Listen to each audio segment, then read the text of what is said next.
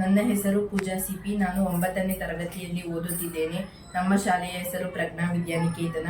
ಇಂದು ಪಂಪರ ಬಗ್ಗೆ ಒಂದೆರಡು ಮಾತುಗಳನ್ನು ಹೇಳುತ್ತೇನೆ.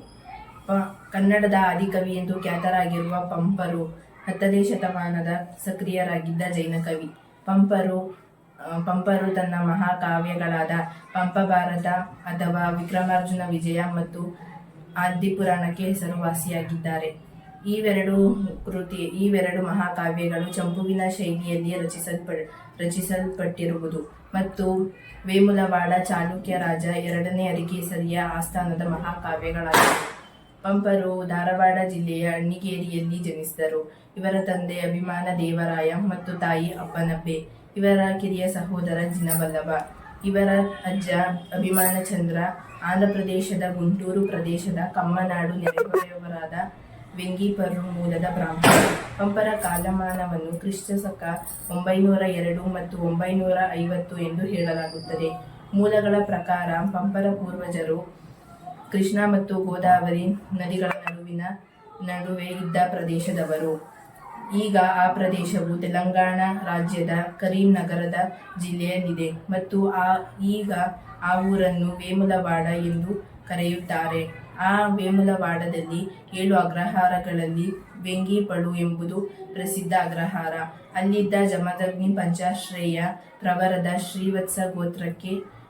ಶ್ರೀವತ್ಸದ ಗೋತ್ರಕ್ಕೆ ಕುಟುಂಬಕ್ಕೆ ಪಂಪರು ಸೇರಿದರು. ಪಂಪರ ಮಹಾಕಾವ್ಯವಾದ ವಿಕ್ರಮಾರ್ಜುನ ವಿಜಯದಲ್ಲಿ ಬನವಾಸಿ ಪ್ರದೇಶದ ಪಟ್ಟಾಭಿಷೇಕದಲ್ಲಿ ಅರ್ಜುನನ ತಲೆಯ ಮೇಲೆ ವರದ ಹೊಳೆ ನೀರಿನಿಂದ ಅಭಿಷೇಕ ಮಾಡುವುದು ಸೇರಿದಂತೆ ಬನವಾಸಿಯ ಭವ್ಯತೆಯನ್ನು ವಿವರಿಸಿದ್ದಾರೆ. ದೇಶ ಸಂಚಾರದ ನಂತರ ಪಂಪರು 2ನೇ ಅರಿಕೇಸರಿಯ ಆಸ್ಥಾನದ ಕವಿಯಾದರು. ಗುಣಾರ್ಣವ ಎಂಬ ಬಿರುದನ್ನು ಹೊಂದಿದ್ದ 2ನೇ ರಾಜ ಅರಿಕೇಸರಿಯು ಪಂಪರ ಸಾಹಿತ್ಯ ಪರಾಕ್ರಮಕ್ಕೆ ಮತ್ತು ಬುದ್ಧಿಶಕ್ತಿಗೆ ಮನಸೋತು ಅವರಿಗೆ ಕವಿತಾ ಗುಣಾರ್ಣವ ಎಂಬ ಬಿರುದನ್ನು ನೀಡಿದರು. 941ರಲ್ಲಿ 39 ವರ್ಷದವರಾಗಿದ್ದಾಗ ಪಂಪರು ತನ್ನ ಮೊದಲ ಮಹಾಕಾವ್ಯವಾದ ಆದಿಪುರಾಣವನ್ನು ಬರೆದರು. ಸ್ವಲ್ಪ ಸಮಯದ ನಂತರ ವಿಕ್ರಮಾರ್ಜುನ ವಿಜಯ ಎಂದು ಕರೆಯಲ್ಪಡುವ ಪಂಪಭಾರತವನ್ನು ಬರೆದರು.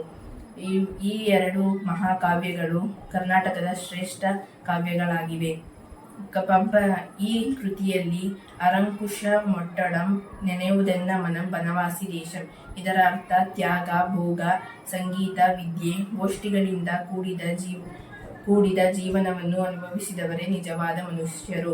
ಇಂತಹ ಮನುಷ್ಯರಾಗಿ ಹುಟ್ಟಲು ಸಾಧ್ಯವಾಗದೆ ಹೋದರೆ ಕನಿಷ್ಠ ಪಕ್ಷ ಬನವಾಸಿಯ ನಂದನವನಗಳಲ್ಲಿ ದೊಂಬಿಯಾಗಿಯೋ ಮತ್ತು ಕೋಗಿಲೆಯಾಗಿಯೋ ಹುಟ್ಟಬೇಕು ಎಂದು ಹೇಳಿದ್ದಾರೆ ಎಂದು ಬನವಾಸಿಯ ಪ್ರದೇಶವನ್ನು ಹಾಡಿ ಹೊಗಳಿದ್ದಾರೆ.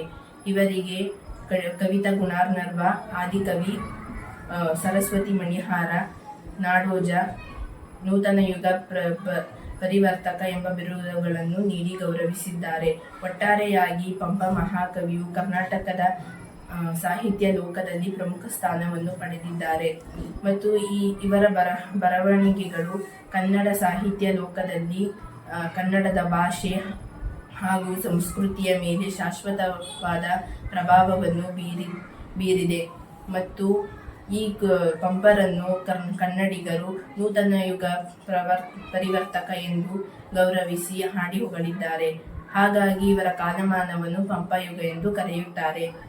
ಕರ್ನಾಟಕ ಸರ್ಕಾರವು ಪಂಪರ ಕೊಡುಗೆಗಳನ್ನು ಸದಾ ನೆನೆಸಿಕೊಳ್ಳಲು ಕರ್ನಾಟಕ ಸರ್ಕಾರವು ಪಂಪ ಪ್ರಶಸ್ತಿ ನೀಡಿ ಗೌರವಿಸುತ್ತಿದೆ. ಧನ್ಯವಾದಗಳು.